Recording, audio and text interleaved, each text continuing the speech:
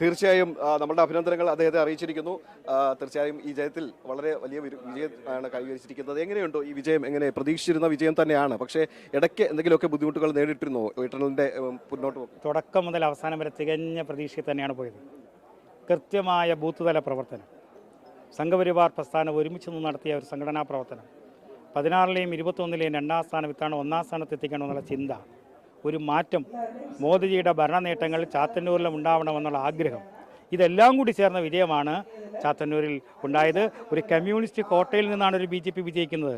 അത് അത്ര കണ്ട് എളുപ്പമുള്ള ഒരു കാര്യമല്ല. മണ്ഡലം രൂപീകൃതമായ കാലഘട്ടം മുതൽ 3 തവണ മാത്രമേ മാറി നിന്നിട്ടുള്ളൂ. ശ്രീ CB പത്മരാജനും ശ്രീ പ്രതാപവർമ്മ തമ്പാനും.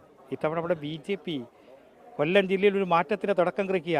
11 നിയമസഭാ മണ്ഡലങ്ങൾ ഇതിൻ്റെ അലവലികൾ തുടർന്നുള്ള എല്ലാ തെരഞ്ഞെടുപ്പുകളിലും ഉണ്ടാവും. വലിയ മുന്നേറ്റത്തിലേക്ക് BJP നേതൃത്വം കൊടുക്കുന്ന NDA സഖ്യത്തിൻ്റെ വിജയത്തിൻ്റെ തുടക്കമാണ് ചാത്തന്നൂരിൽ.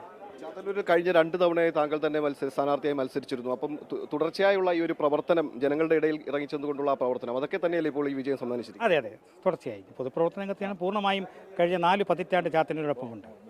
95-2000 ഗ്രാമപഞ്ചായത്ത് അംഗം, പിന്നെ ഇങ്ങനെയുള്ള എല്ലാ കാര്യങ്ങളിലും അവിടെയെല്ലാം ജനിച്ച നാടും സ്വന്തം മണ്ഡലവും നൽകിയ വലിയ പിന്തുണ, ഒരു പൊതുപ്രവർത്തനത്തിൽ ഏറ്റവും വലിയ അംഗീകാരമാണ് ചാത്തന്നൂർ ജനത നൽകുന്നത്. അതുകൊണ്ട് തന്നെ പൂർണ്ണമായും കടപ്പാട് ഈ വിജയം ചാത്തന്നൂർ ജനതയ്ക്ക് ഞാൻ സമർപ്പിക്കുന്നു. എന്നാലും ഭൂരിപക്ഷം അല്ലെങ്കിൽ അത് എങ്ങനെയാണ്, കണക്കുകൾ ഇപ്പോൾ കൃത്യമായി ലഭിച്ചോ?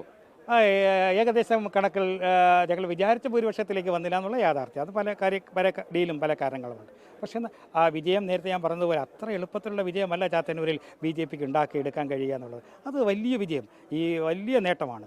UDF തരംഗമാണ്. 2 പേരും, ഞങ്ങൾ സംസ്ഥാന അധ്യക്ഷനും ചാത്തന്നൂരും മാത്രമേ ഒരു മാറ്റത്തിന് തയ്യാറായുള്ളൂ ഇതുവരെ. അപ്പോൾ അതിനിടയിൽ ചാത്തന്നൂർ പോലുള്ള നിയമം ഒരു തവണ വിജയിച്ചിട്ടുണ്ട്, ചാത്തന്നൂർ അങ്ങനെ വിജയിച്ചിട്ടില്ല. അവിടെയാണ് ഈ വിജയത്തിൻ്റെ ഏറ്റവും വലിയ മാറ്റ് ജനങ്ങൾ നൽകിയത്.